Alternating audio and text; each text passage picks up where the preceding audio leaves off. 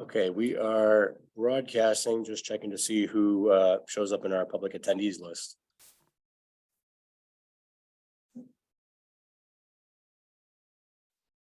Andy, just confirming we can see the agenda. on the screen. Correct. Yeah, you won't be able to see anybody in the room, unfortunately, tonight. We're having a bit of Okay. an issue with our OWL camera. Okay, But otherwise, hopefully you'll be able to hear us. We'll be trying to amplify our voices through my laptop because apparently the OWL audio is also not working. okay.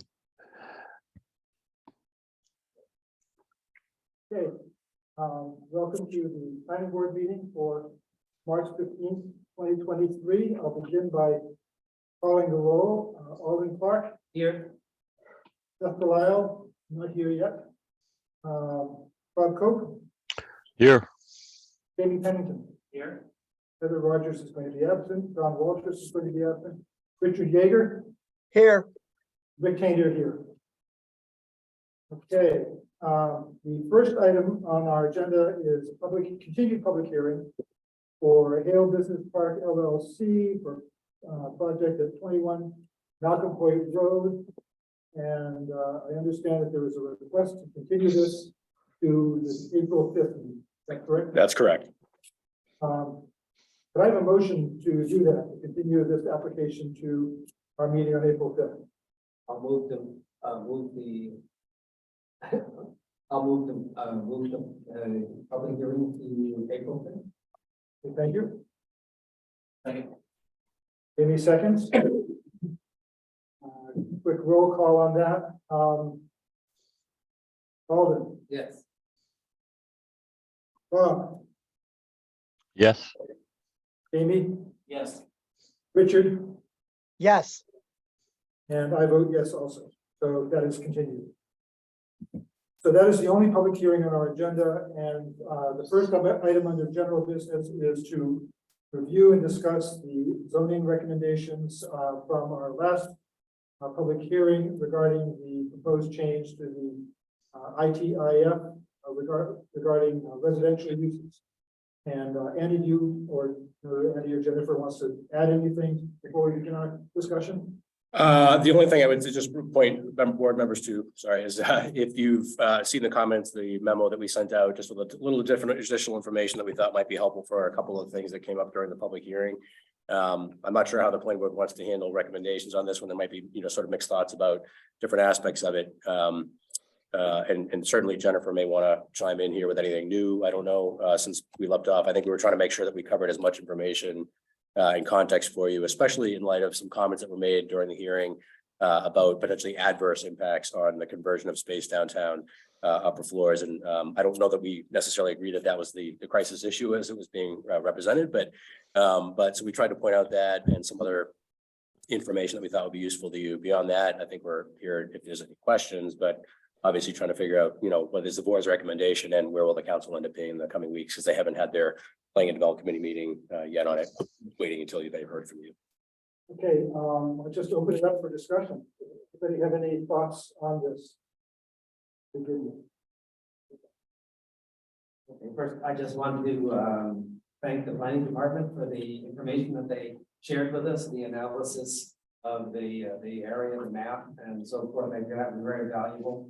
I think that's the kind of information that the proponent of the change should have been providing to us in advance, since they would have done some of that research, or potentially, I hope they would. Anyway. Sorry, Alden, if you could just pause. I just want to make sure, Richard and Bob, are you both able to hear the comments in the room here? loud and yes, clear. yeah, Great, Yeah, thank you. good Sorry, go ahead, Yeah. Alden. I just wanted to make sure, given our Yeah. audio situation. Thank you. Right. I must admit, I've gone back and forth on this one. I gather the intent, the problem they're trying to solve with this is just to exclude housing developments from using the ITIF. It's essentially that takes the option away from the planning board to grant a special permit in that case. In general, I think that residential development within the downtown should provide parking. That's my general view, just because of the nature of the development. I'm assuming people are gonna have cars, they're gonna wanna put them somewhere. And the fact that the ITIF, it's just pavement in, it doesn't guarantee a space in the parking lot, and they can't park overnight. It seems to me that the cars are not gonna be parked in the parking lot. So, anyway, I've gone back and forth. I don't see that much difference in approving the ordinance or not. It's just the fact of having that step of going for the planning board. So I guess I could go either way, but I don't necessarily see a reason for the change. And just in my view, I think if someone does come before the planning board and stuff, I think it's going to be looked at with pretty close scrutiny before allowing them to have parking offsets. So it's just my view. If I could, through the chair, Sure. just to reiterate one thing I think I referenced in our memo was just the fact that the council has made it clear, at least to the parking clerk and the councilors that we've spoken to, there is a policy on the books about overnight parking, right, restrictions in the lots and to a lesser extent in the garage, and also in terms of capacity. So we wanted to just point to that. The council certainly would have jurisdiction if it wanted to change the policy there, and we we referenced that because that would be something for the council to discuss after the planning was a recommendation. But if you wanted to comment on that, but for now, our memo was written with the premise that that is a restriction and it's on the books. And so the thing to point out there was the potential conflict if the planning board is granting a special permit for off-street parking in a municipal lot. And yet there's no actual physical place to put it, folks could be parking on the street. If that were revisited, maybe that would change the situation. But here, even if that policy were to be reversed and you could park overnight, eventually one might argue there could be a sort of a capacity limitation within the lots. So, but we defer to council on that piece of this. So I also appreciate the memo that we put together. I think it rightly pointed out that the situation is not as dire as Attorney laid out, but I'm still not in favor for some of the same kind of fundamental principle reasons that she said. I mean, in my experience, in a lot of communities that are more urban, the ITIF already goes beyond what a lot of communities have. I mean, the 300-foot rule of public parking is fairly common in Massachusetts. I first encountered it in Cambridge 20 years ago, and there was no ITIF. I don't know what they had for some period of time, but ironically, Cambridge now has no parking whatsoever, and that's really the way most progressive zoning is going. And I'm especially opposed to it in this area. I'm not with parking regulation necessarily in all ways as far as Cambridge, but I'm definitely more in that direction. If I was on the board when 2-3 Market Street was being approved, I probably would have granted more parking relief. I might have restricted in other ways, but not parking as far as I'm concerned. The other thing I think that's really unfortunate is that public parking is the perfect opportunity for counter-cyclical use. And in a lot of progressive zoning, developers be encouraged to combine residential and commercial use in their parking because people can park overnight for the residential and park there today. Commercial. It's not a perfect one-to-one counter-cyclical arrangement, but it works pretty well. And so, I mean, unfortunately, I feel like I missed an opportunity as 3 councilors while they were here. Why do they feel this way that we cannot have parking at night? I think that's really a problem. I don't think I would have responded to challenges on some of these applications. This kind of ordinance, I don't think it's going in the right direction. So I'm still opposed to it. I mean, I think there may be some fixes, but I don't think this is not the fix that I was. Thank you. Bob or Richard, do you have any comments at this point? I do not. Just a couple of comments for me. I hear what is being said about shared parking, and in mixed use environments, which is kind of what we're talking about downtown. That certainly makes sense. But I have concerns about how you might control the residential parking so that there are not capacity issues during the day for visitor and commercial parking. So I think that's something that could be talked about, but there needs to be some kind of structure to it that limits the use of those lots for residential purposes. I am not particularly in favor of allowing that. I would support Councillor Macaulay's amendment.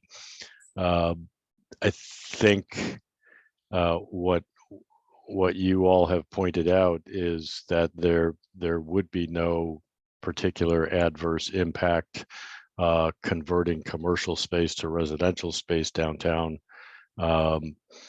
I look at the new project at the foot of Market Street as a perfect example of, a small site, small footprint, 5 residential units, parking eventually, given the process, but parking was eventually accommodated on site for the residential units, with the understanding that the commercial parking requirement would get handled in the surrounding lots and commercial environment.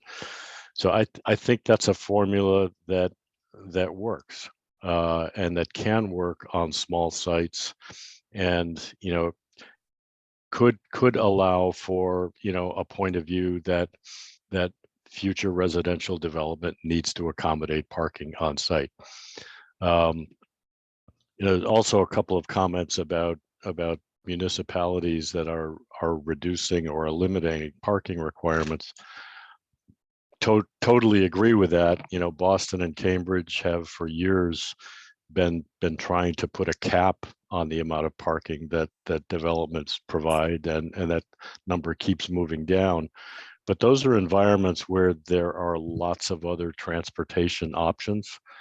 And I could be talked out of this point of view, but it still feels to me like Newburyport is a very automobile dependent environment. And there are less obvious transportation options which would allow you to reduce parking requirements because people could get around some other way. So, I think that's worth talking about as well. But I think Councillor Macaulay's point is a good one. We ought to have a point of view about residential parking across the city versus commercial parking, and I would support what he's proposing. Okay. Welcome, John. Thanks. Sorry. Just for the record, Beth has joined the board here, and we're just doing comments on the zoning amendment ITIF. So I guess my feeling is kind of echoing what Jamie said. I think we've got an artificially created parking shortage. That parking shortage is created by the council not wanting to let people park overnight in a municipal lot. So we have, in the heart of our downtown, we've got this big lot, a couple big lots, that are just empty pavement for 8 or 12 hours a day, and could be used. So I guess I have and again, I don't feel like it's going to make a lot of difference. I looked at actually the lot next to 2 to 6 Market Street, the lot at 85 to 87 Merrimack, which is where Pure Bliss is right now. That's actually a larger lot in square footage than the lot where 2 to 6 Merrimack is. So presumably, mixed use development could happen there. It's one of the, it wasn't listed as one of the, I don't think it's one of the underutilized lots here, but it is really a very underutilized lot, and could be redeveloped for a more intensive use, possibly in the same way as 2 to 6 Market Street was, with stacked parking for the residential units. We're going to be seeing a plan for the old gas station lot on Merrimack Street, which is also going to be a mixed-use development, but it's going to be providing all of its parking on site. So I don't think there's a lot of great impact going either way here, but I do want to say that any residential parking shortage in the downtown has been created by the council by preventing parking overnight in these very large parking lots. And I think it could be solved, partially solved, at least for the units downtown. We could treat the units within the 300-foot radius of the parking lots and give them a residential parking permit for overnight parking, and figure out a way to manage that so that the lots are emptied out in time for the 10 o'clock in the morning or whenever it is that but business really picks up downtown. So I guess again, I also could go either way. My tendency is to be in favor of more flexible parking requirements and to use our municipal lots to the fullest extent possible, rather than moving them vacant for a big chunk of the day. So I guess what, in summary, what it really is this ordinance, proposed ordinance, is only half of the issue. It's addressing one side, it's not addressing the supply side at all. And so I think that the broader kind of more holistic approach to parking downtown would be better, rather than just clamping down on residences. Possibly preventing, maybe not preventing, but possibly preventing highest and best use of the properties that we have down.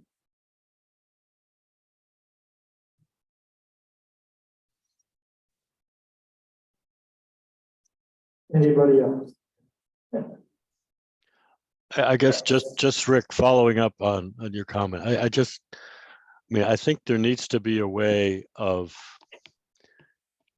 I mean, I think residential development in the downtown area would be a tremendous benefit to the city. It brings more residents into the center of city. It will help the businesses. It will help the restaurants. It would be a plus all the way around. But I worry about if there is that kind of added density of residential use, I worry about where those cars go if they're not on those development sites. And, you know, I think it's a very difficult thing to control in the end. So I hear what you're saying, but I just would prefer that residential parking requirement be dealt with on an incremental basis by the individual developers on their sites. Thank you. I had a question actually for you, Andy. At the last meeting, I think it was Councilor Cameron who referenced the new black cow, and I was unclear. Did the ITIF get created after that came in? The ITIF was on the, if I'm not mistaken, the ITIF was on the books at the time, but did not have the payment requirement in there. It was you were allowed to use it for parking.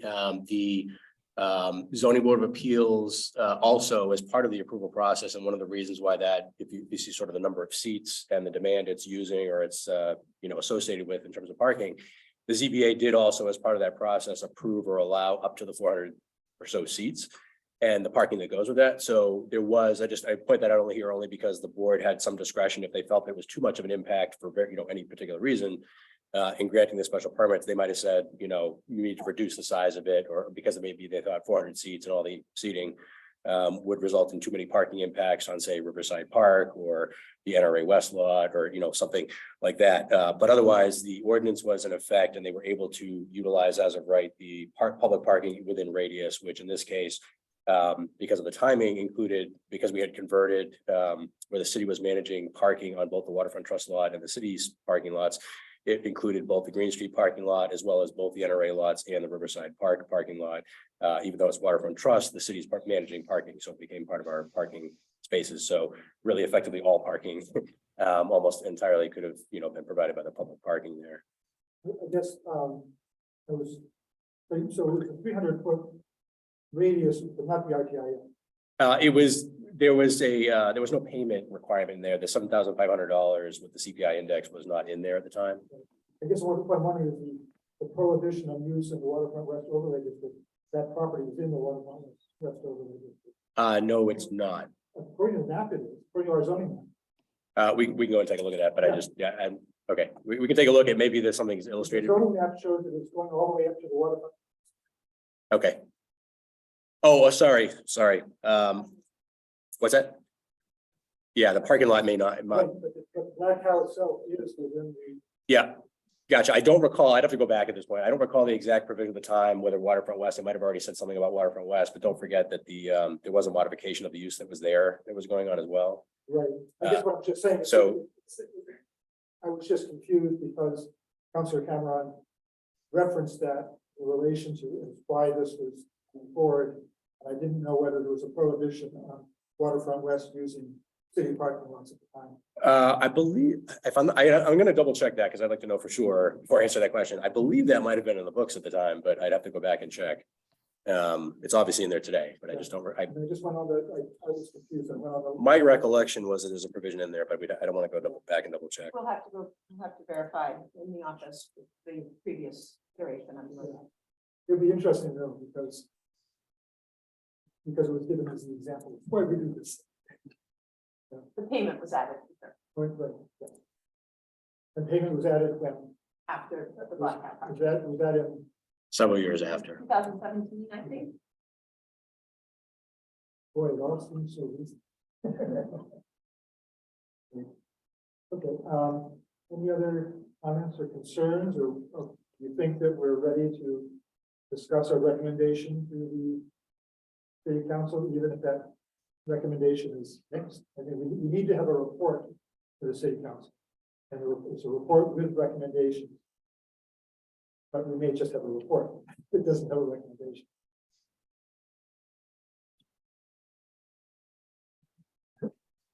My thought is give them a mixed report back and say they need to address the real issue, which is the other half that we're referring to. The issue that the parking is not allowed in there. It doesn't address anything.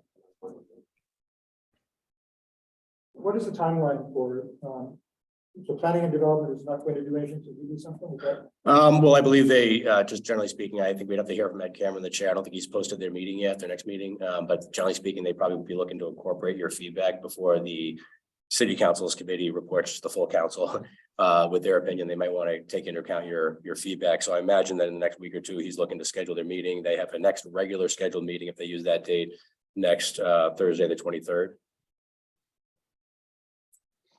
I guess I'm,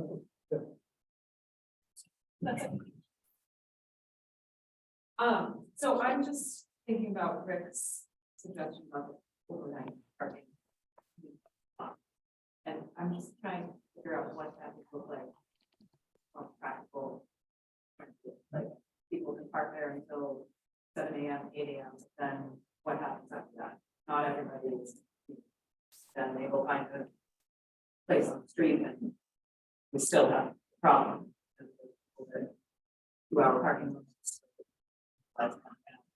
For the businesses. Our people that are going to find their cars. Need to move their cars. It's still a problem. So. I don't know what that looks like. On a day-to-day basis. As a solution. I also just want to, Andy, you just mentioned that they Black Cow as a right. Use. Could rely on this argument, but it's not as a right, correct? And you still have some discretion to.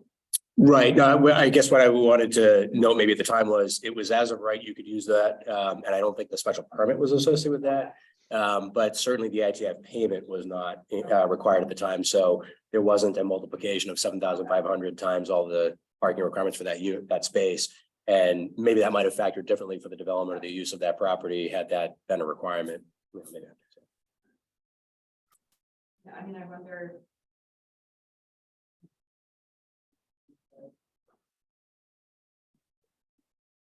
Discretion to allow it in some cases, but not others, or is there a size of a, residential development that like a single family use really not provide parking, but if it's over certain units that we draw a line. The question is how big of a problem is parking. Problem, but we still do want to allow. Jennifer, could you? Yeah, Could you pick up the microphone? If it's green, it's on.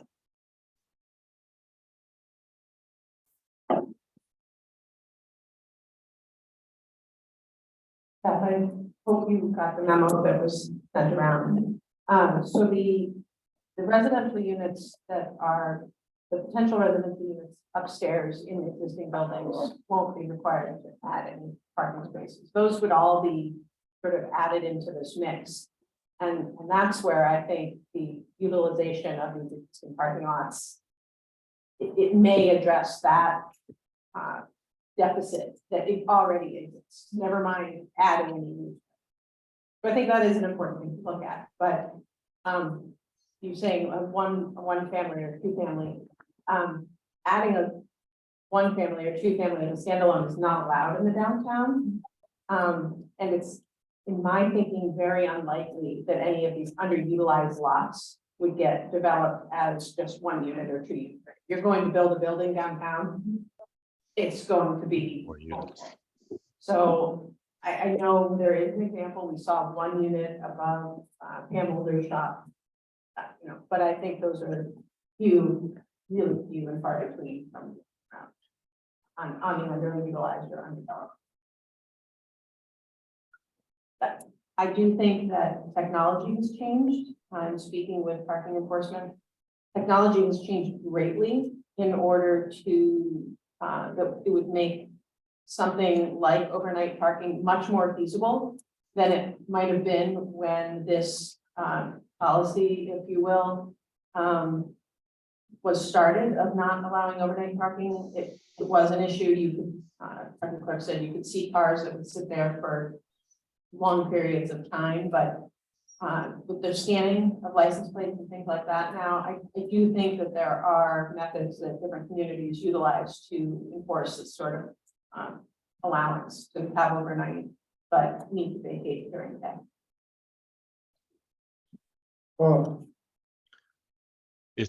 It's the uses like the black cow that I think concern me relative to this. Now, I guess maybe the black cow and the parking lot adjacent doesn't fall within the 300-foot radius of very much of what we're talking about. But if you think about that kind of use, which is particularly intensive in the evening,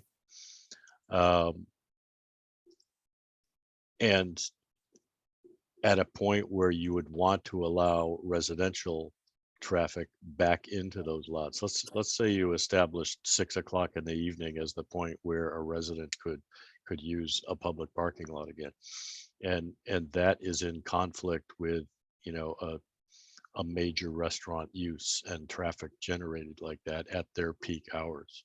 It's those kinds of situations that I think could become problematic as we go forward. This is why I think it's just kind of difficult to control.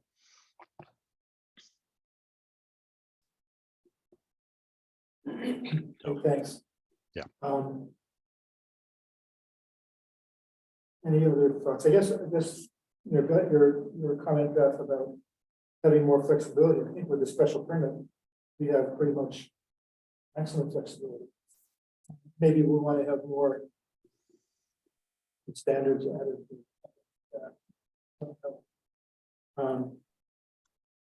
I guess what are the projects, the number and size of projects that are going to cause problems in the future if we allow use of the IPIF for residential, and so what are the problems that are going to come if we don't change the ordinance? What are the problems that are going to happen? What are the restrictions on redevelopment that might happen if we do change the ordinance? And those are two types of impacts.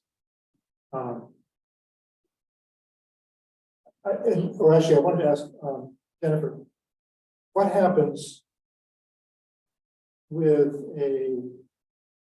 are there many single families or two families in this area right now? There are some in the R3 that's to the south, and sort of above the library. There are not, and then there are some on the sort of western side. The western side, the block beyond Whitcomb Street. But there really are not any single families in the downtown core. I was just thinking about some of a case which, a real de minimis case, which would be adding a unit, you know, turning a 2 into a 3 or a 1 into a 2 or something like that.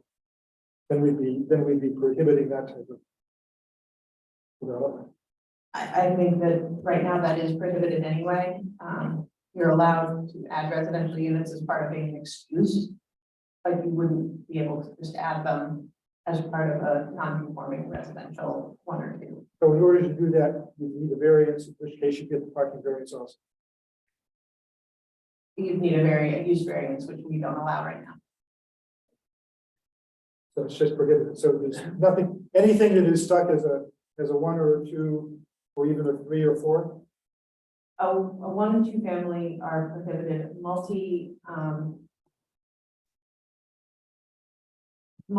I actually don't think we do allow multifamily. So that potentially could be further subdivided or the number of units increased.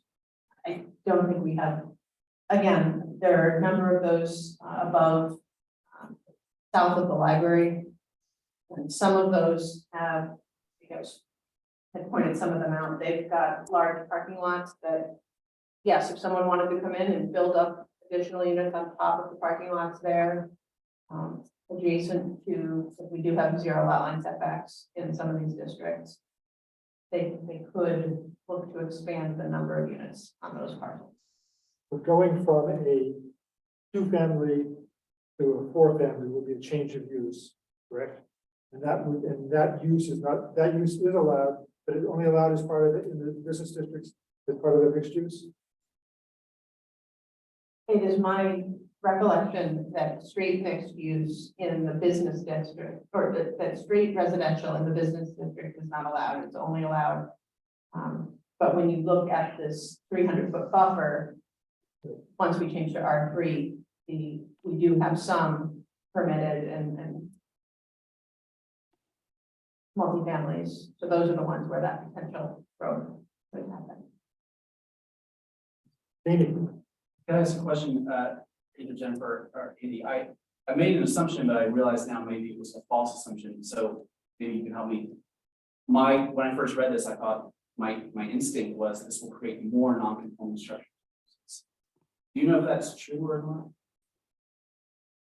not? No, this just prevents new structures or converted structures from tapping into this special permit allowance. It won't create any nonconformities and any new nonconformities. And is that by virtue of the fact that those structures are grandfathered, but the use still doesn't have so you could have a residential unit without a parking space. It's grandfathered, so it's legally non-conforming, but it's still non-conforming. Yes, but it's pre-existing non-conforming, and as long as you don't change the use, it stays that way.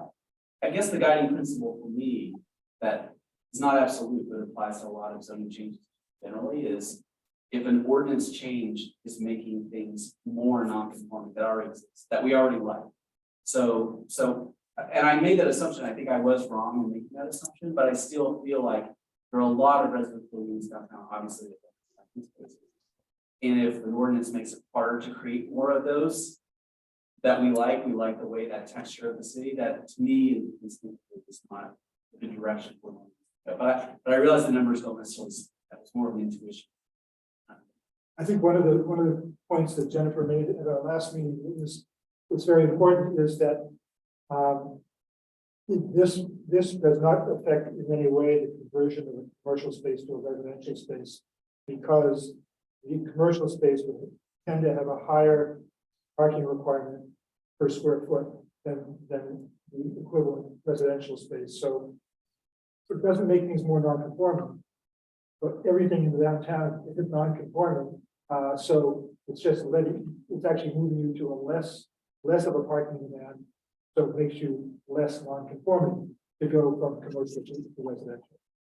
Yeah, it's a strange twist. But I agree with you. Yeah. I agree with you. And I think you said this in the first hearing, and that was a really good point that you made. And the memo helps really lay it out on. So this is very helpful. Through the But I still chair. feel like going back to the conversation, that's really the problem. is that we still have this underutilized space. And there are dozens of examples of developers being required to mix parking between commercial.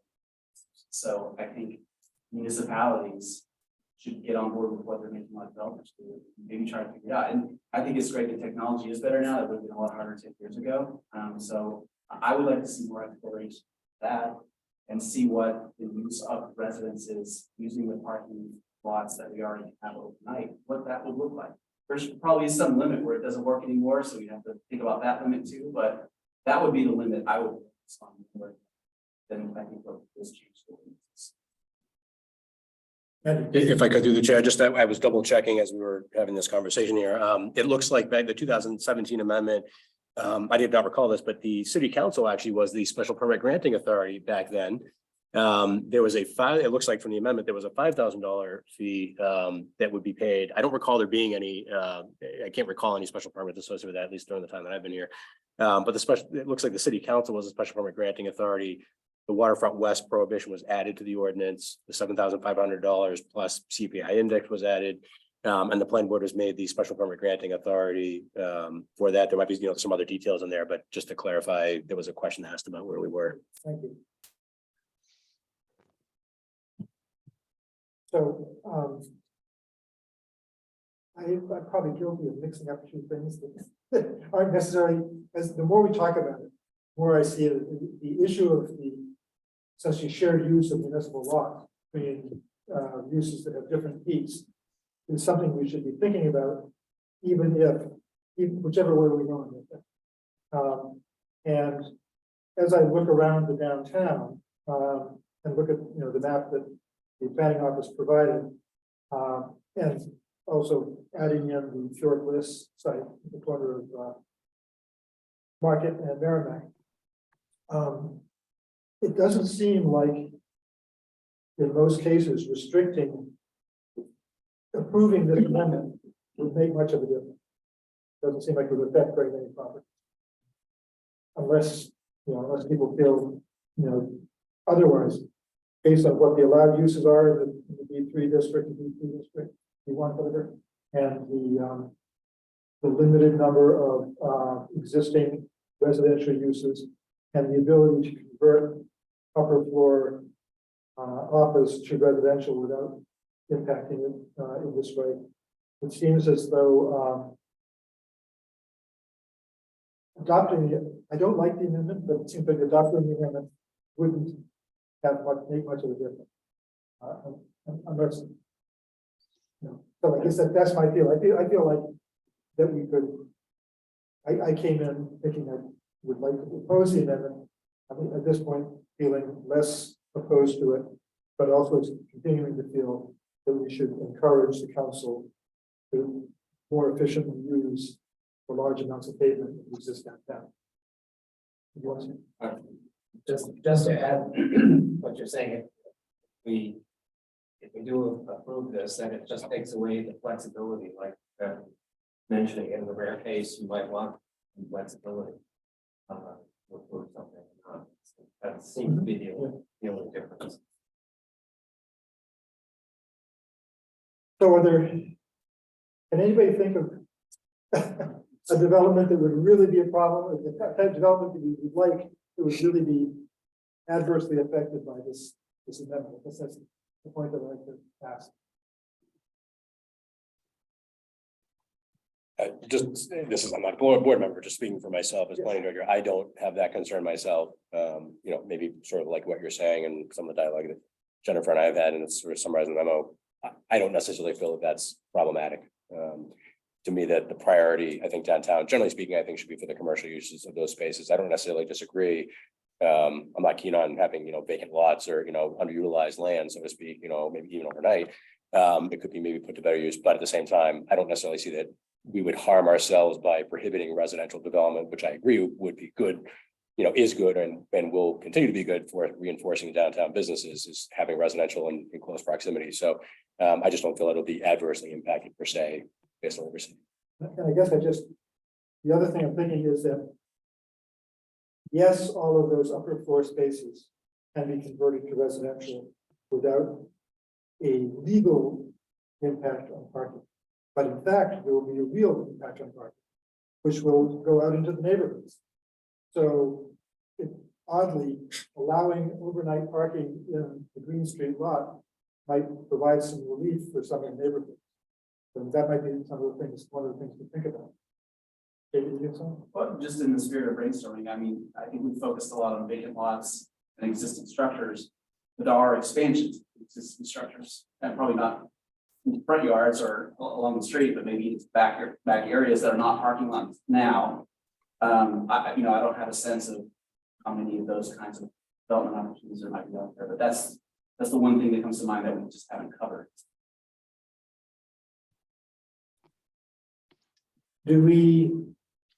It's a good point, and I'd like to know that. Do we feel like we're not ready to make a recommendation at this point? And would like to continue it and do some more thinking about some of those issues? Or do we feel like we just move ahead? And I'm sorry, and I think that would mean meeting again, or your next regular meeting on the 5th of April, discussing once again. And we had talked last time about not having a meeting on the 5th, but it turns out that we are having a meeting on the 5th because of continuance of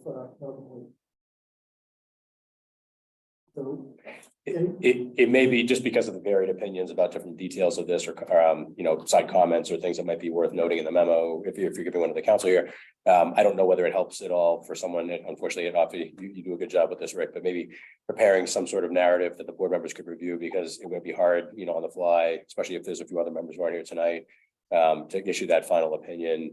It might be hard at the time of the meeting, and I don't know if somebody wants to take a stab at sort of characterizing. I was going to suggest. We've had a lot of issues we've talked about tonight, and I could certainly take a stab at listing those issues and kind of talking about that issue that Jamie just raised is a very good one, but it involves looking at the existing parcel map and seeing where some of those places might be, and so I think that I'd be happy to do that, unless somebody feels strongly that we need to take action. And you're right, it might be easier to work from reviewing the document than just talking to ourselves. Any suggestions, any opinions on this?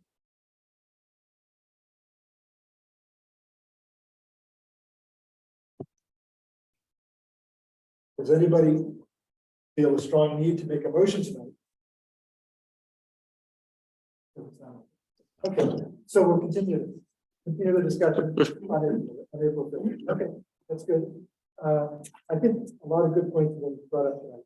It would be very, very helpful to have all of those in a tactful memo. Okay. And I think, approval of minutes. Approval of minutes of the March 1st meeting. I have sent my comments to Caitlin. Is there anybody have any other comments they wanted to make to those minutes? Yes. Okay, I would accept a motion to approve the minutes of March 1st. I'll move to approve the minutes of March 1st. Mr. Alden, second. Jamie, thank you.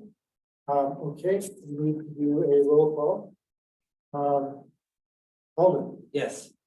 Jeff. Bob. Yes. Jamie. Yes. Richard.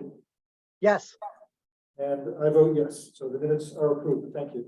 Thank you, Caitlin, for doing it again. I hope you can make sense of tonight's. Everyone talk close to your mic. Are there any other updates? Andy? Just one I wanted to mention, just so that I don't get an influx of inquiries on it, so to speak. We know we have these MBTA communities guidelines. There's lots of other pieces. Jennifer and I have talked about really getting heavily into some of the zoning amendments, some of the rewrite things that we had wanted to do, clean up and whatnot. Putting aside for a moment the fact that there are some policy things still to be worked out in the ordinance, and things that are either active now or will be coming up in the future, whether it be Waterfront West, short-term rent units is on the table again right now. But there are some other areas to address. But here, we're talking about doing some cleanup, but I wanted to just mention briefly for the MBTA communities guidelines, given that we have until December of 24 for that, we do have some time. One of the things I would like to take into account before we start plowing into the details of that, in light of the fact that we have build out in the 40R district, we might have, there's been discussions about residential, maybe added towards the Story Avenue, Low Street area. And we have the Waterfront West, build out, and of course, the usual sort of routine infill that might be happening around the city for one permit process or another. I have reached out to, although we do have a little bit of transition with our public services department right now, on the admin side. I'm trying to get a little bit more information from the water division, the sewer division, and potentially some of their consultants about our actual capacity at the plants, and also the geographic distribution lines and the collection system, lift stations, what our limitations might be, so that before we start making assumptions about where we can support build out and growth beyond what we already know might be supportable in the 40R district. Here, where the state's referencing 1,292 units as opposed to the 540 that the district originally was expected to build out. Just that we have a good idea of how does that play out for the future build out that we're talking about. In the 40R district in particular, Waterfront West and Story Avenue, Low Street area, as sort of nodes for the city where some of that new growth and redevelopment might happen, maybe less so in the, as infill in the National Register district, for instance. But don't forget, and this is the other reason for the analysis, is we have two other communities that are served by our water and sewer. So I wanted to make sure that we're also considering any future growth that might be happening there. So what in essence I'm saying is that I might want to sort of wait another month or two before we get heavily into the options there, mainly so I can get a little bit more information from the utilities end of things. So we have a good idea of if we are expected to have further growth, does that also assume we're doing substantial capital improvements for some of our plants, or is it exceeding our DEP withdrawal permit for the water supply? Things like that, so that we have it's responsible land use planning. But I'd like to get some of that information first, and then circling back on where we were talking before, laying out some options on the map, and then having a dialogue here with the city council and getting really in depth about what map changes do we want to make, what zoning changes do we want to make in order to comply with the state's requirements, but do so in a responsible way. Thank you. And sort of following up on that, I just got the packet for tomorrow's meeting of the Merrimack Valley Planning Commission. And I saw that the commission has, I knew this, and I was reminded of the packet, that the commission received an extra amount of funding for direct local technical assistance. And one of the things they're suggesting could be used for is doing the analysis for MBTA communities. So you might be able to use some of the time while you're getting that information to, and I can help follow up on that, to see if we can tap into some of that money and maybe hire some consulting help to help us move forward with that. That'd be great. I'm happy to work with you on that. Obviously, it may not fill the gap as well with the water and sewer, because we need their utility expert internally, but here that'd be fantastic. It may also go with some other resources we may have available to us, but that would be fantastic. We obviously want to get to the best end result, and so as much resources applied to this and the options presented, we'll come back with the best possible option for the city. Thank you. Does anybody else have any updates for us? No. Okay, in that case, I would accept a motion to adjourn. I'll move to adjourn. Second. Thank you, Jamie. Okay, final roll call. Alden. Yes. Deb. Bob. Yes. Jamie. Yes. Richard. Yes. And I vote yes also. So we are adjourned. Thank you, everybody. Thank I you. keep looking at the screen, but I don't think they can see me.